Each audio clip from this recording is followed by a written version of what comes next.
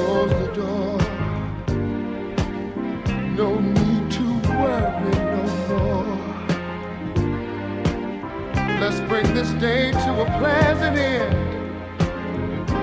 Girl, it's me and you now.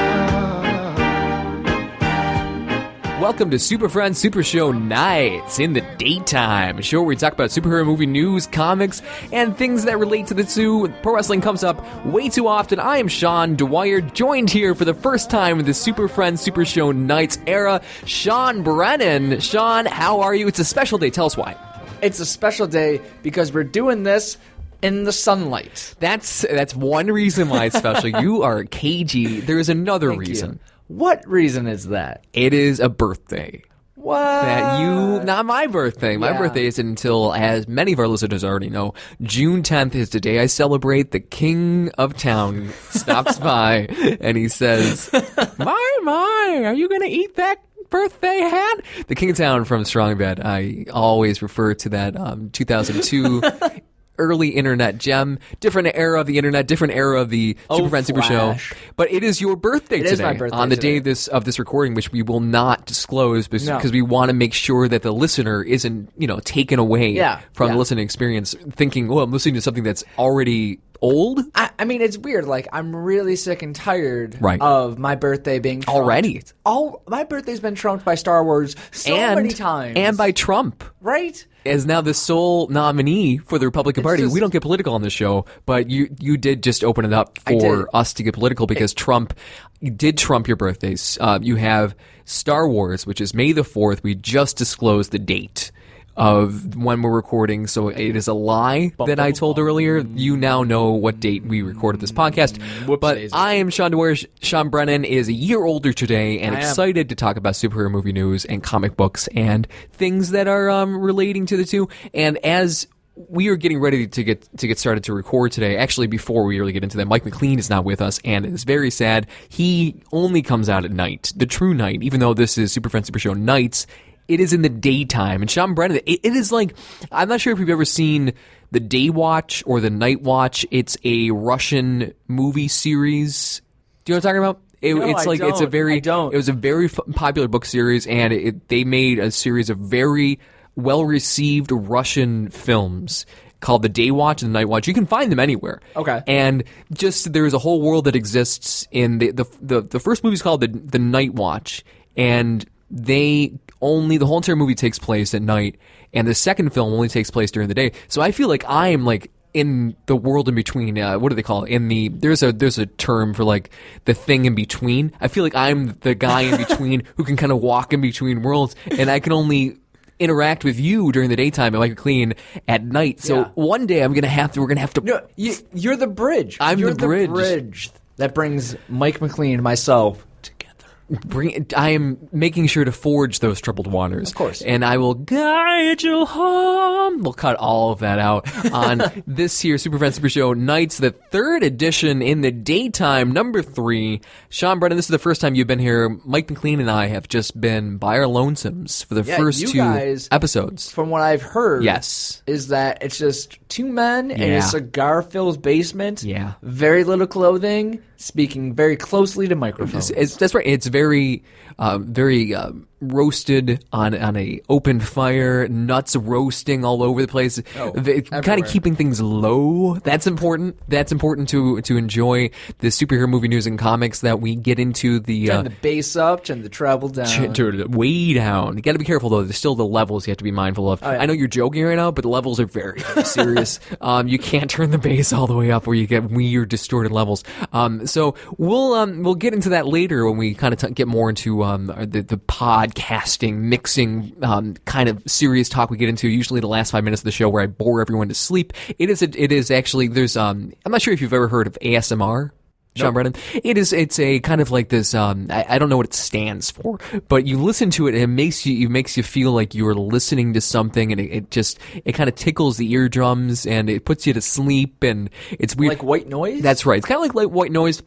talking sometimes about boring topics or very softly or in a monotone type of way. That's the last few minutes of the show. So it's every jazz station when the person's talking it's like real slow and puts you to sleep. So that's the idea. We fill you up with superhero movie news, comics, pro wrestling occasionally. At the end, we tuck you in, put you to sleep with the that is our guarantee here on Super Friends Super Show Nights. Put you to bed with a smile on your face. Little kiss on the forehead. Little kiss on the forehead. Send you to dreamland. So what we want to start out this episode of Super Friends Super Show Nights with is DC, their cinematic universe right now is in peril. Yeah. DC Cinematic Universe is one that just does not want to stay in its place. They tried to push it out of the dock. They had got all hands on deck to kind of push it out of the port. They're just out to sea. They're just hoping that it lands somewhere, or just kind of abruptly it lands, like from floating for days. And they forgot to pack food and water. No, man, they forgot everything. Are abandoning ship, and that is a wonderful segue into what is already happening now. It was a mistake, I think, to plan out a number of movies ahead for a cinematic universe that doesn't exist yet. Well, they thought, Marvel's been doing it. Right. We can do it too. We're just as we've been around just as long as them, if not longer. So we could easily do this. We just copy their formula, but in reverse. We plan all these movies. We have the big thing first, the Avengers type film first, and then we have all the solo stuff planned out from now until forever. Because that makes sense. So, and naturally, what's happening is because their Batman vs Superman: Dawn of Justice movie, since it wasn't well received, now all the solo films down the road are like, ooh, and the directors are getting antsy, and already the director for the Flash film, which is due out in like 2019 or 2018, a few years from now, and it was even longer ago, back when they first announced it. Yeah. So Batman vs Superman has not been well received. You have the Flash solo film, and Seth Grahame, it's Graham with an E on the end, and then there's a hyphen Smith. So it's Seth Grahame Smith decided to exit the big screen adaptation of Flash due to creative differences with the studio. So, and you wonder how you could have creative differences with a studio that doesn't have a Kevin Feige or someone kind of overseeing the cinematic operation. That's the problem, because they don't have someone to kind of grandfather everything. I think they're trying to get Jeff Johns into it. Right. Because they're like, we have this guy who writes the comics for all these big things. A lot of experience at this. Why not have him write a whole bunch of movies that still don't make a lot of sense? And you wonder how you can have creative differences when each of these are kind of treated as their own standalone movies. Exactly. They exist in the same universe. Nothing really intertwined. Do you think he's lying? He's just being nice? No. He's like, I've lost faith in this operation. He's this just like, DC. I cashed the check and it bounced. They gave me a retainer. Thanks, DC. Yeah. And the retainer check bounced, and now my teeth are going to be all over the place, pointing in different directions. My retainer's no good to me. And so, of course, everyone's like, whoa, abandoned ship.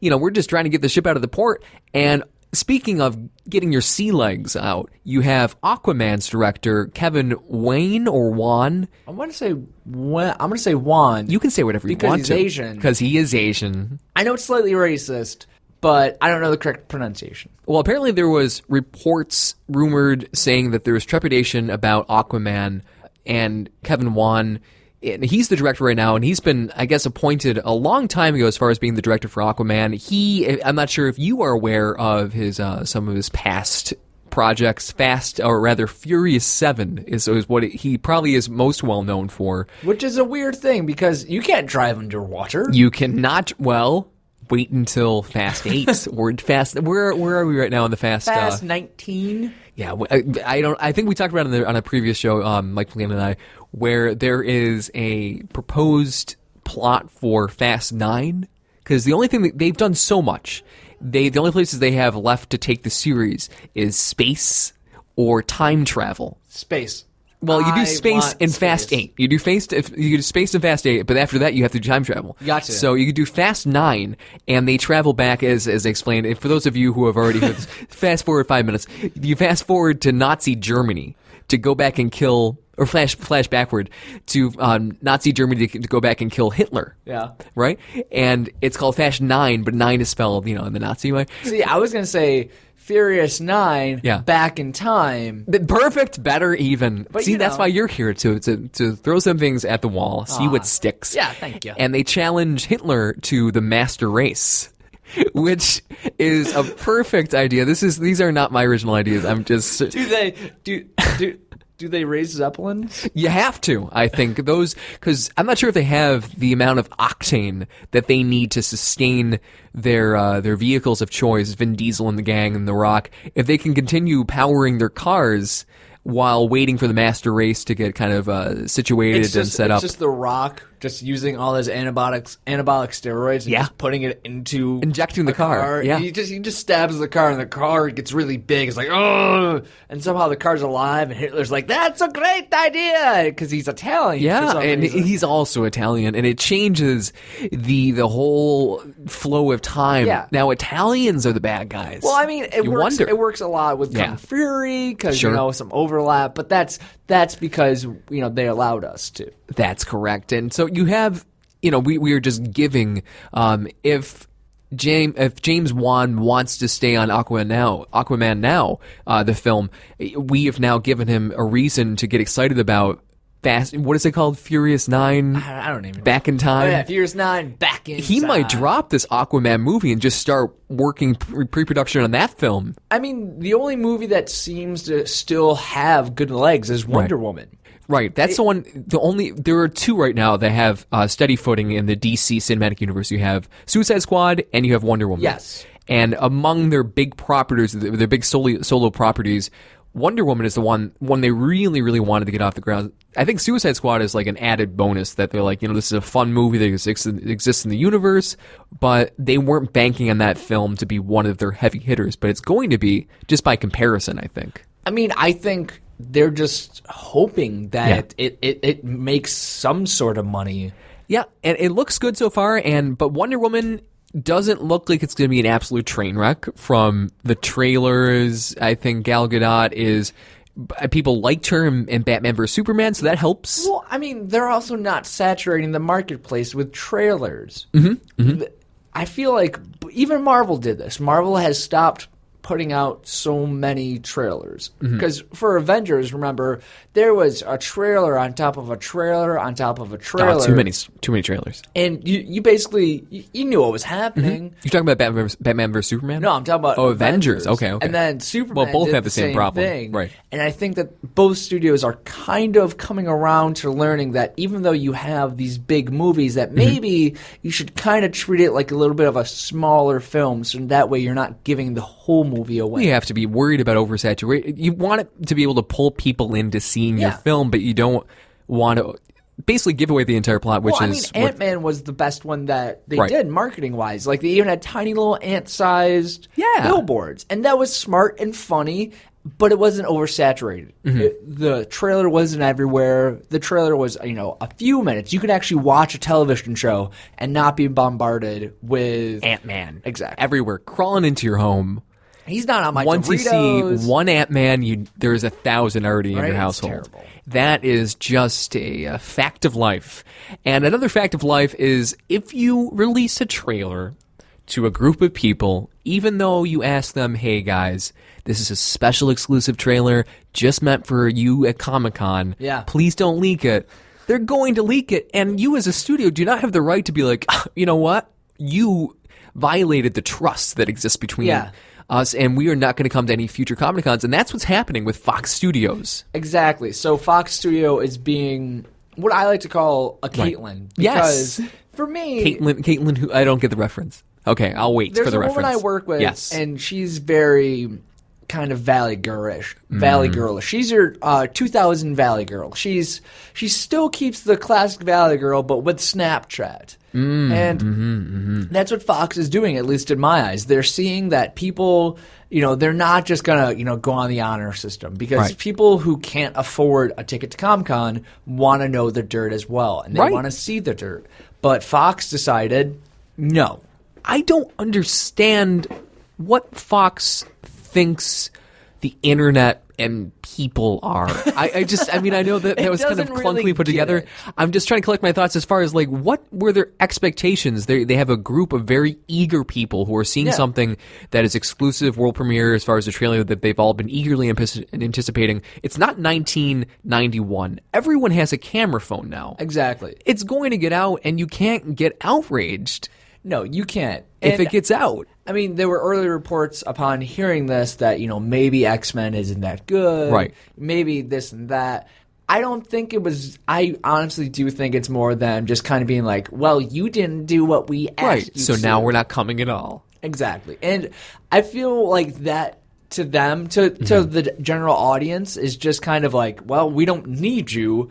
There's going to be somebody I know who's going to take your place, and it's going to show us something good, or if not better than what you were going to show us. Well, I hope that this isn't the beginning of a mass exodus of these big studios from these Comic-Cons.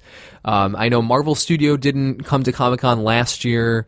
Disney also didn't come to Comic-Con because they had their big Star Wars event that was just ahead last year, 2015, I think, and that's the reason they chose not to come. So this is kind of it's not a good sign if you have big studios pulling out, because that was one of the big attractions of these big, that allowed it to get mainstream appeal. Is these are when the trailers come out. Exactly. I mean, it actually may just be a time where studios see that they can just do their own sort of like day con, because that's what Disney did with Star Wars. They did their whole event. Yeah.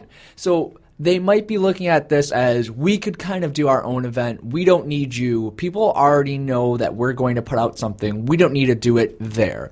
So this might be able to bring Comic-Con back to how it used to be before it got super mainstream. I mean, maybe even a decade to where you have a few movie theater, you have a few movie companies there, just couple kind of promoting panels, a few things, and it does become more of the comics that it used to be. Because now it's mostly just like big events, big studios going there. You can't even get a ticket to get into these conference rooms. Exactly. Because people have complained over the last bunch of years that Comic-Con has gotten so big that you can't even get a ticket. They're just it's like Disney World. You can't just trying to get around and getting in a line is like you have to choose one thing. You can't experience it all. Maybe this might help the Comic-Cons because they're kind of exploding. Well, it may help that, and it may also drive other cons to be able to accept other things. Like there may be a Foxconn,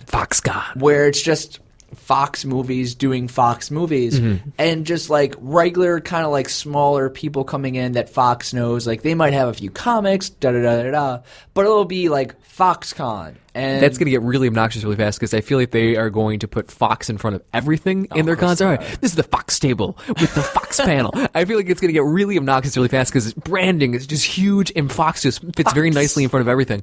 And that's fine. That's a Fox mic. All right. Fox Congoer, get up to the Fox mic. I mean, it might be the thing. This also might be a telling sign that we have reached the bubble. We have, right? That maybe that, the whole comic book movie industry has gotten so large that this might just be, within a few years, bubble bursting. Well, I think Comic-Cons were supposed to be kind of at their core, where they started, where it was supposed to be a niche-y type of thing, where just a bunch of people who are like-minded, saw a bunch of artists or got to dress up. Exactly. And somehow that very niche-y event ballooned into this mainstream thing where I don't think the foundation, the housing of Comic-Cons was meant for these big studios to be fitting in. I think they need to.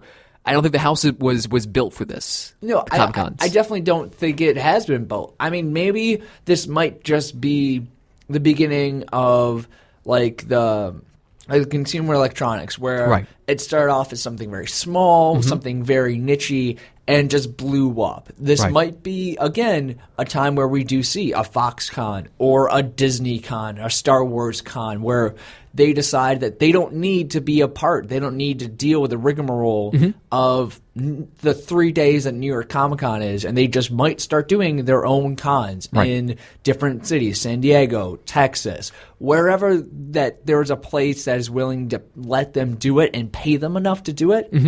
It can happen. Here's what I think happened with why things at Comic Cons, these big San Diego Comic Cons, the bigger ones where they're so big that the studios feel pressured to turn out. And since they're so big and so mainstream and the media's covering them, they feel pressured to bring something. So they have to bring a trailer that they're not really maybe ready to show to the full public yet. Yeah. And just because they feel pressured to. So I think this is maybe their way of getting out of it, but really wanting to get out of it the whole while, but finding an excuse. So like, see, you ruined it, even though they're trying to just get out of it the whole time, because I don't think they really want to be at these events because they're not able to. Because trailers, not every single trailer is ready at the same time. No, of course not. Of course not. That's all movies are on different cycles. Yeah. Even though that one movie's supposed to come out, you know, in a year, it doesn't mean that you have a trailer that's really ready to go. Exactly. And that's what happened with. And Fox Studios, you know, they are the studio that makes the X-Men movies. No. And that's where, you know, now you're having a lot of the Bryan Singer coming out and having to defend the way that Apocalypse looks in X-Men Apocalypse, because in the trailer that was leaked at last year's Comic-Con, I guess they didn't have all the lighting and visual effects finished yet, and he looked more pink because they weren't finished and looked like Victor Ooze from Power Rangers. And that's one of those times where I think that they had to bring it out. They had to show something. They had to show something. And that's the times when people are going to jump on, oh, how bad does this look? How bad, blah, blah, blah, blah, blah. And then once it actually gets close to it being, you know, released, then you start to see, oh, yeah, I was just being a judgmental prick. And the whole thing is that it wasn't a finished product.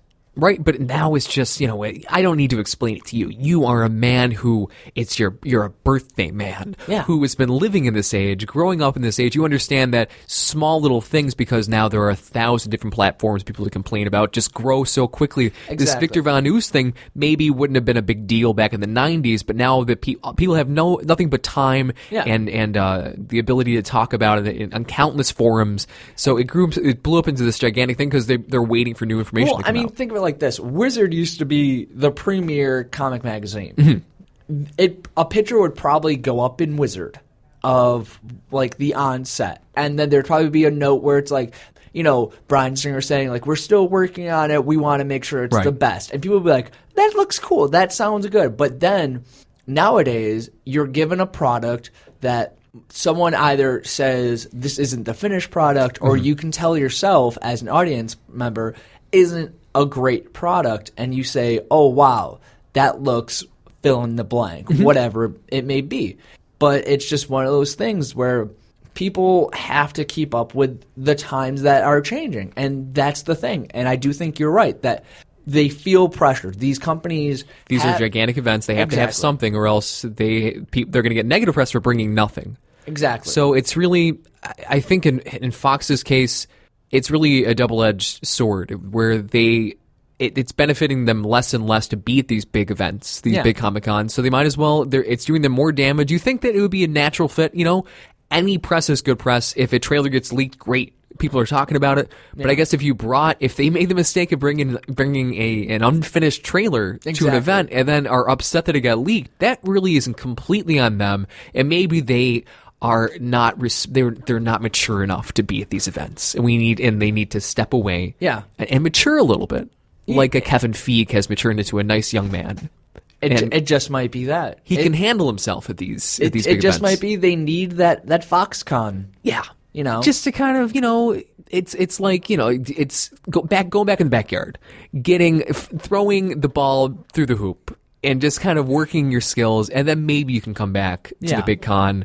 And get to the big dance and show off what you've learned back there in the backyard, back there with the tire swing and your dad throwing the ball around, and really impress kids. I mean, maybe they need to be more explicit about what they're showing. That maybe they do need to, you know, say this is a demo, right? Like when we went to Niagara Falls Comic-Con, there was a man who had created a game, an independent game, and said this is a demo. This is not a finished product, and it came from his mouth, and it was even on the screen when you start to play his demo. This is a demo. This is not a finished product.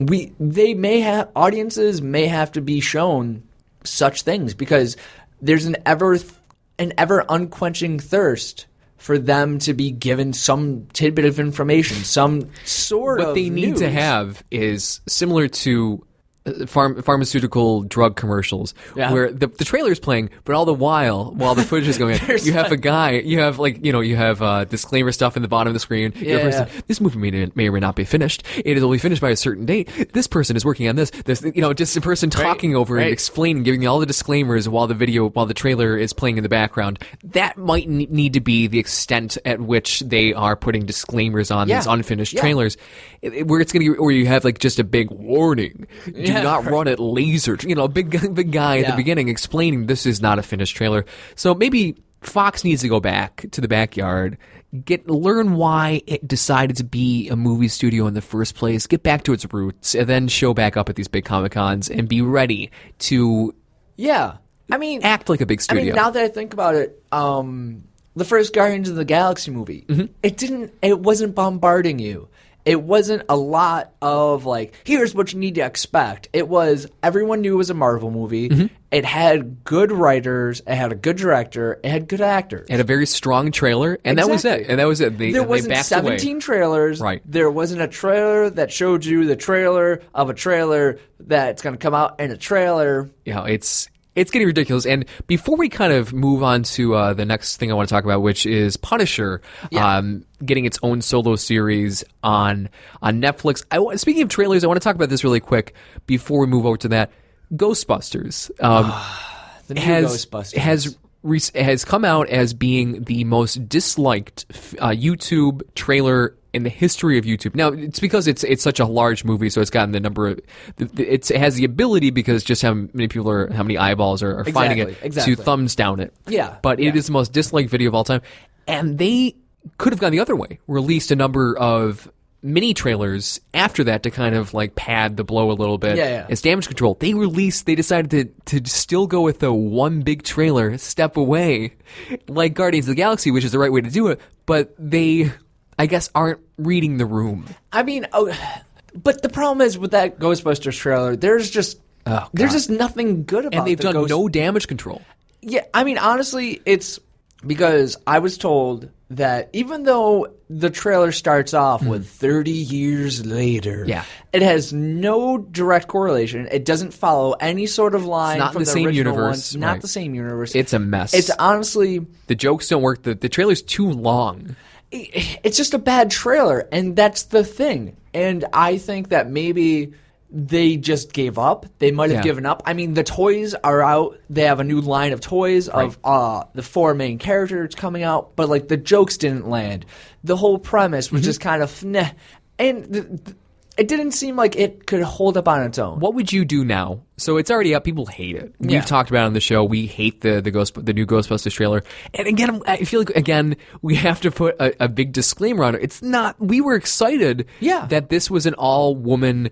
female, cast of Ghostbusters, and it sucks because it's not funny. It has nothing to do with the women. I like all these women. It has nothing to do with any of those actresses. Right. The problem is, at the end of the day, it comes down to the writing, and the final say comes down to the producers, the company producing it, and so many writers. And, and also there's ways to package trailers. Sometimes you show a little, or you show just kind of like what Star Wars did, where its first teaser trailers, like they would just show like shots of things. Yeah. Just one still shot and then another still shot, and you're like, whoa, what the heck was that? Yeah. The quick thing with Finn jumping up into frame as a stormtrooper with unmasked, and be like, well, and that's all they showed. Where with this Ghostbusters trailer, they showed everything, and people hate it. What would you do now? What is your next step? They've basically taken a very quiet route now that everyone hates it. What is your next step if you are the studio, which I think is Sony, that's getting ready to put out this Ghostbuster movie? How would you handle the next step as far as how would you engage with the public? I mean, I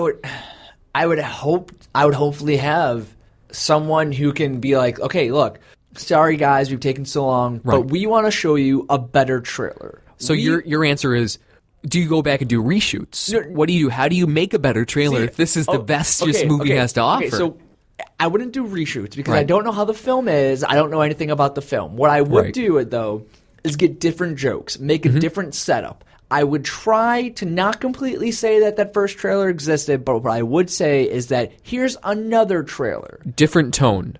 Maybe try a different tone. Maybe go with like the spooky tone. Okay. Maybe try a little bit of a joke tone, like we get some of those real jokes that we wrote We paid people to write. I don't know. But, I mean, I feel like what they're doing now is just trying to, I mean... They haven't released anything else. No, I mean, the only thing that they've released are toys. Like, the toy line came out, and that's the only news that we got is toys. It hurts. It hurts to see Ghostbusters going down this sad path right now, especially because I love Ghostbusters. And one of the things, I'm not sure if you're a fan of Kickstarter at all, but they've been releasing the series of Ghostbusters board games. Yeah. They just released on Kickstarter, they started the campaign for Ghostbusters 2, the board game. Yeah. It's similar to the very first one, but it actually is set in it uses Ghostbusters 2, the movie, not the comic books, but Ghostbusters 2, the movie as the core for what that second game is going to be about. So if you haven't heard about it, head over to Kickstarter, check it out. Ghostbusters 2, the board game is really cool. But let's talk about Punisher on Netflix. Yeah. Now, he showed up, of course, as for everyone who I imagine is listening to the show has already seen or has heard of the Daredevil Season 2 Netflix series, where Punisher is a big part of it. Yeah, I mean, I've heard nothing but positive reviews for the second season. I mean, there could be one or two bad reviews that I may have glanced over, but overall, people stopped, losing their shit saying it was the greatest thing since sliced bread. Right. And are just like, this is a solid season. It's and it brings in this character who is, the opposite side, you're just one bad day away from being me, which always works well when you have, a vigilante who doesn't kill but just kind of maims people a lot. But, it's received positive reviews, and I haven't personally seen anything that I could say that would be negative about it. Yeah, people love this interpretation. John Bernthal, I think is how you pronounce it. Bernthal? That's right. Bernthal. Let's go with Bernthal.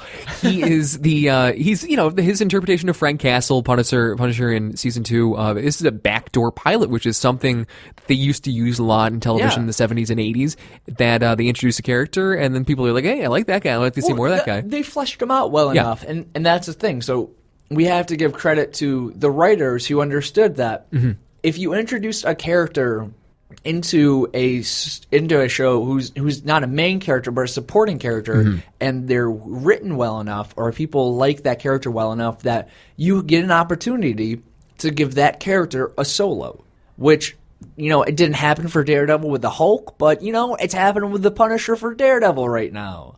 So, this is something I think they've been kind of waiting, from what I'm reading in this report here on rollingstone.com, where Netflix has ordered an entire season about the anti-hero Punisher, and apparently talks of doing a standalone series around the Punisher has been in discussion since January, so 2 months before Daredevil Season 2 came out. So I think they're waiting on reaction to then come out with the information. It was the smart thing for them to do, because if they just came out with Punisher's got the new series, I feel like everyone would be less excited. So they did the smart thing, Marvel, where it's like, let's talk about, we did Daredevil this season, but we also introduced the Punisher. Let's see how fans react to the Punisher's character. And if it's positive, we definitely have a go on this character. Right. And this is the first. This is a rarity for Marvel to actually have a well-received Punisher. The live action Punisher. Time. He has not had a great history of live action ventures. Dolph Lundgren was the first one. Thomas Jane, which I heard, that's kind of an underground type of, like, some people like that one. It was okay. It wasn't Punisher Warzone. No, Punisher Warzone. Is that David Hasselhoff, or is that? Am I thinking? No, of that was not. Oh, I'm thinking of I'm thinking of Nick Fury. Sorry. Okay, go ahead. He is the only right. My Hoff is the only Hoff that matters when it comes to Nick Fury. That's right. I definitely think that the Thomas Jane was okay, but the Punisher Warzone was.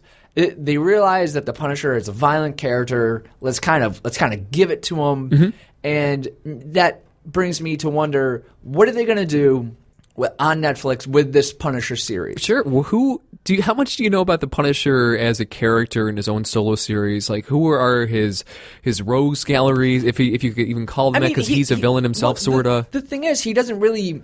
If you take him and put him in the Marvel universe, he is an anti-hero. He deals with Daredevil like he did when Garth Ennis was writing Punisher Marvel Knights. Right. Or you could take him out of the Marvel Universe, which they kind of did with Jessica Jones. She's in there, but she doesn't really make notice of it. She just kind of references like the big green guy. Even Daredevil is a step removed from the Marvel Cinematic Universe. Exactly. Jessica Jones is even a step further away. Yeah, so it's going to be interesting to see how far they remove themselves, because the Punisher, he has a war against crime. He doesn't have a war against heroes. He has a war against, gangs and drug dealers and pimps. And so I think it's going to be interesting to see how violent they go, or where they go. Exactly. Because you don't have to keep the Punisher character in Hell's Kitchen. No. He could go anywhere. I don't even know if because they're getting started to start doing pre-production on The Defenders, which is their big team-up Netflix series, which is going to involve, Daredevil, Jessica Jones, Luke Cage, which is coming out in September, and potentially Iron Fist. I don't think that Punisher is going to be part of that big Defenders team up. No, he doesn't need to be. If he is, that's interesting, but he doesn't need to be. See, Punisher has always done best when he doesn't really deal with superheroes. He deals great with street gangs. He deals great with the street level people. Right. Even dealing with Daredevil most of the time, he still does great back and forth with Daredevil. And when you look at Max Punisher, he did great. Garth Ennis wrote a great whole series. I think it was over 50 issues that he did. And where does he go? Where does he do most of his punishing? Everywhere.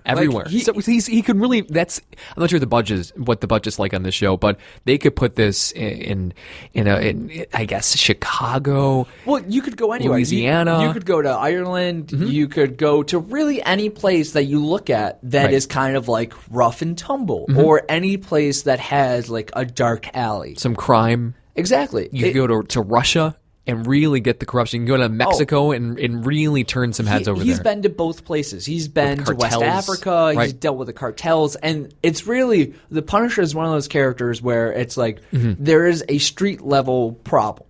How do you deal with a street level problem without getting a superhero to go there? You send in the Punisher because he's a man who does killing. He doesn't, give them to the police. He kills them all, or leaves one person to say that the Punisher was here. He's the judge, jury, and executioner. Exactly. Of the Marvel Universe.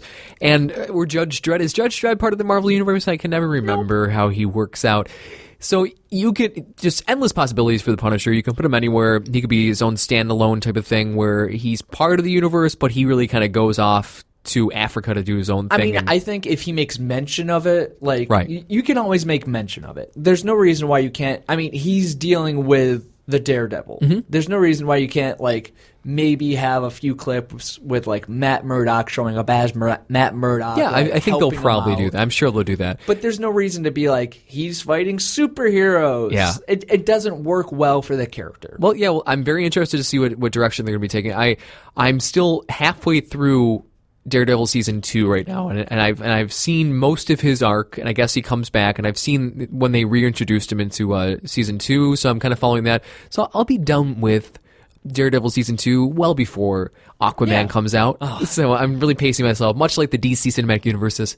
So you have much like DC's release schedule. That's right. And speaking of release schedules and things that have a difficult time hitting release schedules, comic books. And this is not only a big week for you. Yeah.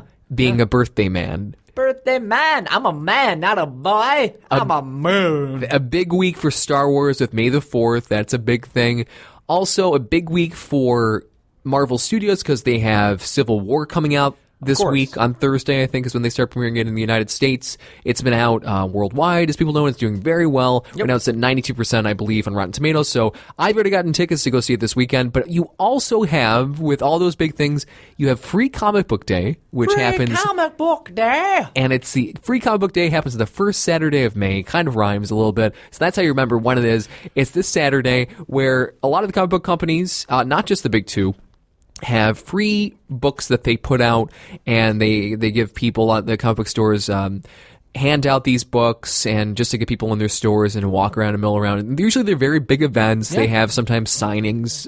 They have comic book artists and creators come out and they do signings for people. So they try to make them into big events. So they kind of put them at the start of the summer blockbuster season. And this actually works out really well where anytime the big superhero movie is set to come out, usually Free Comic Book Day happens that same exact weekend. So it really works out very nice. So I plan on going on Saturday, picking up a few books over Queen City Comics, and then going to see Civil War that night. So one thing I wanted to do in the last few minutes here of Super Friends Super Show nights in the daytime is go over the Free Comic Book Day 2016 lists of Free Comic Book Day 2016, the list of books that will be available, most likely if you have a comic book store nearby. You can drop by, pick up some books. These are the ones that might be available. Now, each comic book store has their own policies as far as how many books they let each of the free ones they let people take out. And I'm trying to find a good site that has all of the good ones kind of laid out. And as I'm doing that, let me just go through here. Are you planning on going to Free Comic Book Day, stopping by any of the comic book shows?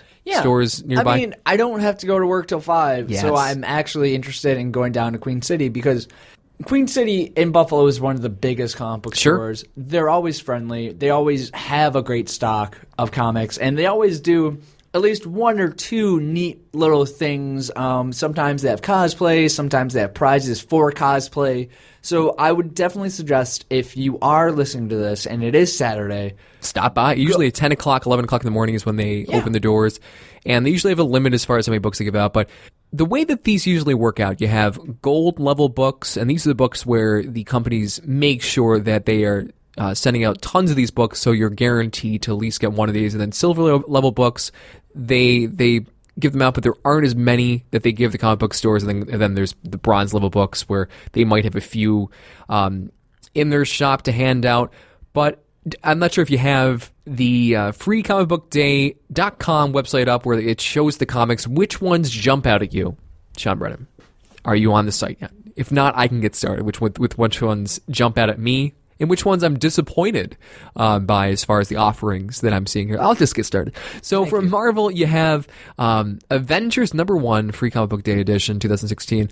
And this is kind of the prelude to Civil War Part 2, which is going to be their big summer event. This is the way they're kind of piggybacking on the Marvel Studios Civil War. This is Civil War Part 2. It's similar to Civil War Part 1, but the main players are going to be Iron Man and Captain Marvel, who are at odds over a certain thing. I don't want to spoil it too much. Pick up Civil War 2. How do you feel about Civil War 2, actually? Because I know what it is. No. I mean, it's a cheap ploy to sell comic books. It's similar to, I was willing to give Secret Wars that they did last time over in Marvel Comics a chance, and I liked it, but it was very much a cheap ploy to like take something that worked back in the 80s, a brand that people like and recognize, and to use it to frame a big event around. And that's all Civil War 2 is. I mean, they're fighting over something different.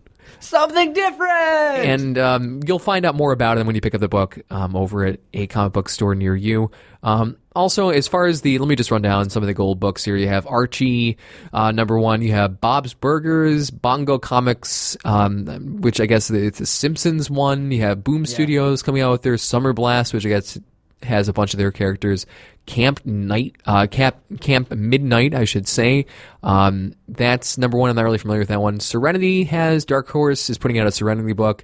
The one I might pick up is Doctor Who 4 Doctors, which is a comic book. Son of a bitch. With all of their, and besides that, I mean, a few months back, DC announced that they had top secret books for Free Comic Book Day. You had a top secret gold one and a top secret silver one, and I've been looking around to see what the hell these in past years they've had like kind of interesting big books that they've kept under wraps, but I think they've revealed that their top secret gold one at least is, unless I'm mistaken, and please correct me if I'm mistaken, is Suicide Squad #1. It is a reprinted version of like their New 52 #1 from 2012. Yeah. That's what that is. Or come on, you don't want that. Come on, it's a reprinted version of an old copy of Suicide Squad. That's their. Why don't you want that? It's very disappointing. Then their silver level book from DC Comics is a female kids book for female superpower for female superheroes. Are aimed and targeted at kids, so that's disappointing. I mean, they definitely have some good ones. I mean, the thing is, it really depends on how your tastes are. Yeah. Do you like One Punch Man? They got a little bit of a silver level a little bit of book. One Punch Man. Do you like The Tick? I enjoy The Which Tick. Which one? Just looking over the gold and silver, which ones jump out at you that maybe I didn't mention? I mean, honestly, nothing. Mm-hmm. I mean, the Boom. I love Boom. Boom's always doing something good, and I'll be interested to see what Valiant has because Valiant has really come to their own. Sure. After the company has reemerged, and they've definitely had a great line of comics. But I mean, that's really about it's kind of a lackluster outside of that.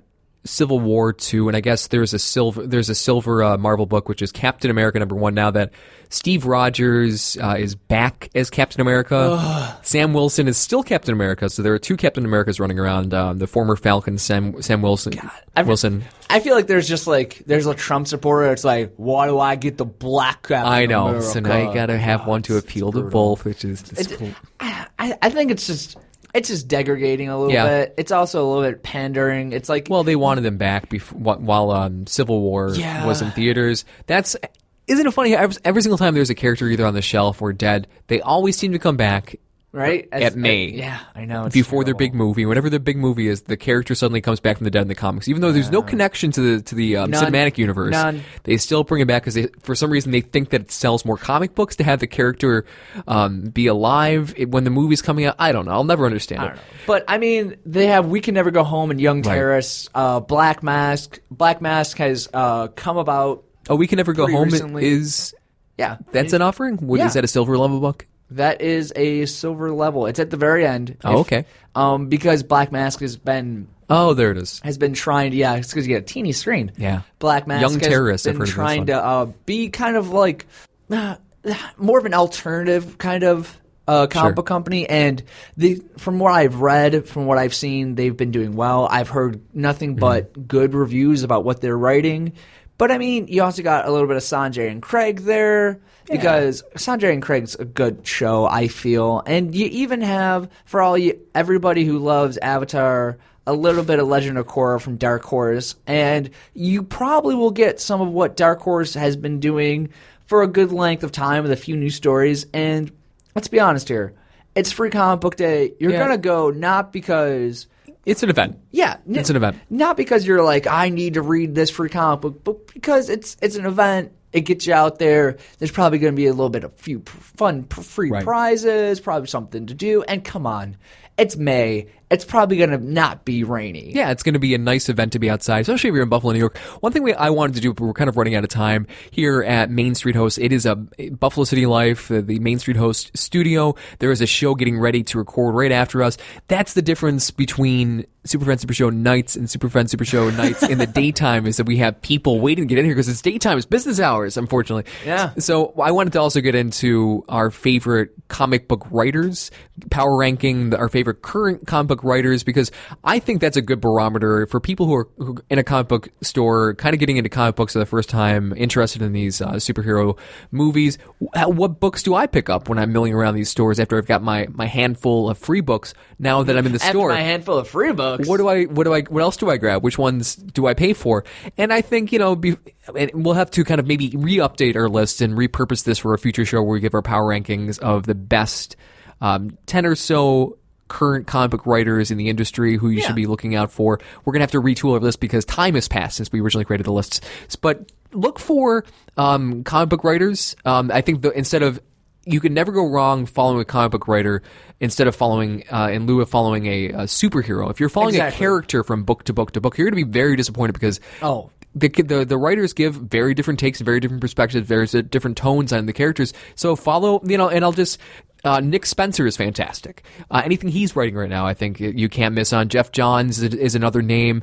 Anything he's writing right now, Miss Hughes. What are some big ones before Jeff Lemire is always solid. Always great. Scott Snyder he's been writing Batman Forever. If you have a chance, you go in there. Not Batman Forever, the movie. He had no hand in that. If you go back through, if you're in your local comic book store and you see Scott Snyder and Greg Capullo's run on Batman that is just now finishing up, grab as many as you can and read them. And there's, so that's my idea. That's my advice. If you're looking, what books do I grab? Look. What are the critically acclaimed comic book writers who are out there, and follow those writers, and that's the best way to go, I think. Even Tom King's doing great on The Vision. And he's about to take over Batman. Yeah. They're rebooting... They're rebooting Batman. I mean, I'm sad to say that, but what he's doing now on Vision is great. Yeah. It takes the Vision completely out from the Avengers. So you might, is it possible because you've mentioned Tom King as doing well on Vision? Will you follow him over to the Batman rebirth reboot where he's going to be writing Batman now? I will see what he does. All right, fair enough. I will probably not like it as much. Yeah. But it's one of those things where you look at a creator and you think, where are they going to take? Because Scott Snyder got that from, where was he going to take Dick? Right.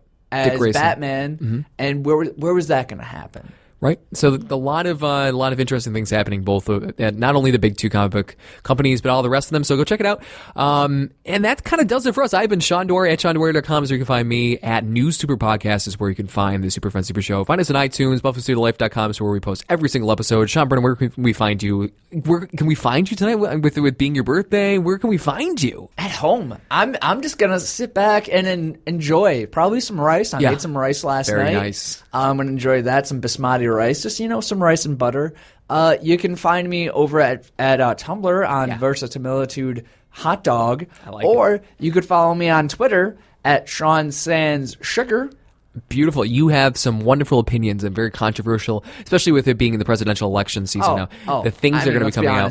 Let's be honest here. My political theory is gold. Meant only for nighttime. Nighttime reading. Meant only. I strictly, since the show has become primarily nighttime, I only tweet the nighttime sort of things that you want to hear. Things at nighttime. Spooky owls. Just wolves, werewolves, things like that. Howlings of the night. Yes, that's right. So that does it for us. We're going to have a big show next week on that's going to drop around. So this is just going to drop in the next couple days. But episode number 4 of Super Friends Super Show Nights is going to drop on Sunday, hopefully, after we go see Civil War on Saturday. Myself, Mark McLean's brother, might come with us.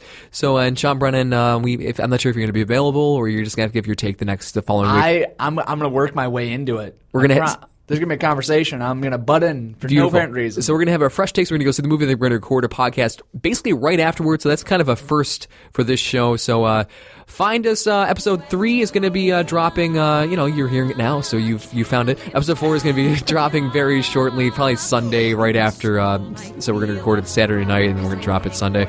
That does for us. Get out of here. Stop listening to this. You're being weird. Life's about to change. Oh my gosh. 'Cause I'm hopelessly, desperately in love with West Covina.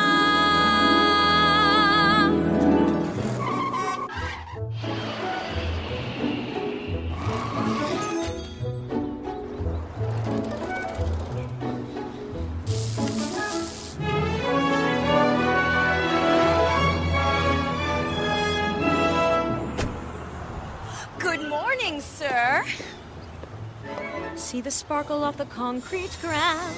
Hear the whoosh of the bustling town. What a feeling of love in my gut. I'm falling faster than the middle school's music program was cut. People dine at Shea Applebee. And the sky seems to smile at me. It's all new, but I have no fear. Accidentes. And also by coincidence, Josh just happens to be here.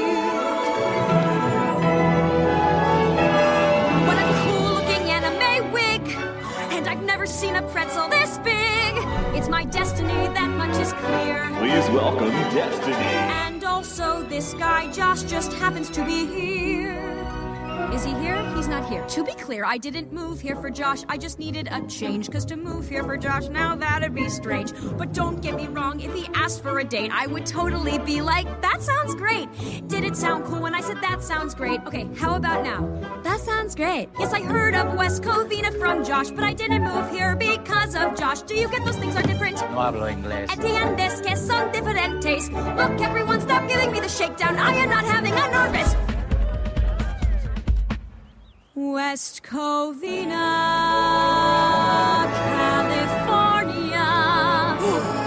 West Covina, California.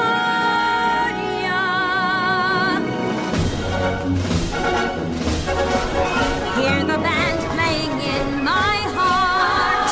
My new life is about to start. True happiness is so near. Oh, you guys are good. Bye-bye. Sorry, kids. Bunch of cuts. Tuba anymore. No more band. Get that back. Nice dress. And also by coincidence, so random, just by chance, would have thunk it's so remarkable and weird, right? It's so great that this guy Josh just happens to be.